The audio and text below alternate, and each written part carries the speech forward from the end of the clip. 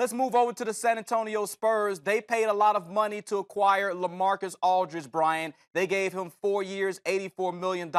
He didn't get the job done. 4 of 11 in this contest, only 8 points. He was getting absolutely slammed on social media. What's your take on Aldridge in this series? Do you feel like he deserved to be heavily criticized? Yes and no. I mean, I think he deserves to be heavily criticized because they needed a better series out of him offensively. He just didn't give it to him, Clement. But the thing was, he was defended as if he was the only guy that was really a threat. The Warriors spent 3.5 games throwing double teams at him. From the second Kawhi Leonard went out, they were aggressively doubling Aldridge at all times. When you combine that with the fact, and that hurts him in a post, that he was not hitting his jumper in a pick and pop. And when he's not hitting his jumper in a pick and pop, you put him in the post, he'll score closer to the basket. With the Spurs not really having any other major discernible threat besides for Aldridge, it was easy to double. And one of his weaknesses is passing out of a double team. And the Warriors exploited that 10 ways coming and going here. So, yeah, I think Aldridge deserves some of the heat. But again, take the best player off of any team in the league, for the exception of the Warriors, and they're not going to win a playoff series. LaMarcus Aldridge is not this team's best player. And I think expecting him to play like that with Leonard out is maybe asking a little too much of him. I'm not sure that's who he is at this stage of his career. Definitely a second banana. He's a wonderful second banana, but he was forced to be a lead dog here, and we saw why he really isn't qualified or isn't up to the task of being a lead dog going forward.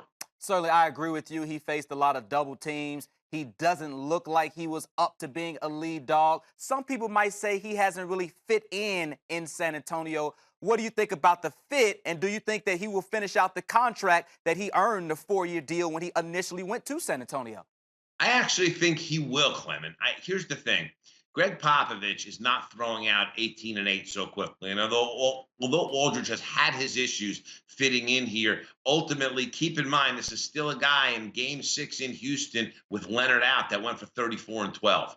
This is still the Warriors that you played. And I think you have to take some of this with a grain of salt because of the intense level of competition on the other end. The Warriors are a very, very special team. The Spurs were going to need all hands on deck to win. I don't know that you take anything you saw in this series and make any kind of drastic evaluations from it. I will tell you this. The guy I think Pop is looking to get out that door is Pau Gasol, because there was a couple times where Pop was so visibly upset with how poor Gasol's defense was. I thought Pop was going to strangle him on the court a few times. He was so demonstrative and getting angry at Pau. And for Pau, who's a proud guy, NBA champion, was a key cog on 2 Laker title teams, he can't defend like he once did, and he's totally misfit in San Antonio as a center next to Aldridge. And I wouldn't surprise me 1 year, $18 million left on that deal. If they find a home for him, he still can be a very good offensive player, and I think somebody would take that salary on for 1 year and find a more defensive-oriented center to replace him with. I think Aldridge is going to be around for the rest of his contract.